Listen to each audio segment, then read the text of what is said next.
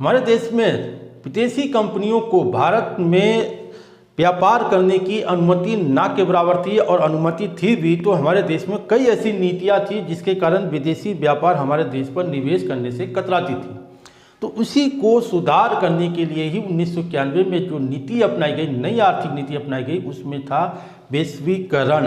तो वैश्वीकरण क्या है? वैश्वीकरण समझ लेते हैं, ग्लोबलाइजेशन। वैश्वीकरण का अर्थ देश की अर्थव्यवस्था को विश्व की अन्य अर्थव्यवस्थाओं के साथ जोड़ना है, और इसे भूमंडलीकरण भी कहते हैं। याद रखेंगे, पेपर में वैश्वीकरण आ जाए या भूमंडलीकरण आ जाए, दोनों का अर्थ एक ही है। और इसका उद्देश्य, जो नीति का उद्देश्य था, विदेशी कंपनी को हमारे देश पर निवेश करने के लिए प्रोत्साहित करना, और निवेश करने के लिए तकनीकी वस्तुओं के आयात निर्यात को प्रोत्साहित करना ही उसका नीति का उद्देश्य था। और इसके का लाभ क्या हुआ कि हमारे देश में विदेशी कंपनियों का निवेश बढ़ा, उनके यहाँ पर कंपनियां स्थापित करने से यहाँ पे रोजगार के साधन बढ़े और लोगों को रोजगार मिला और उनकी आय के साधन बढ़े, जिससे हमारे देश की अर्थव्यवस्था में भी सुधार हुआ।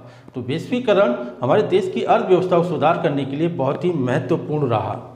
तो जानकारी अच्छी लगी हो तो वीडियोस को लाइक करें और ज़्यादा से ज़्यादा शेयर भी करें। Thank you.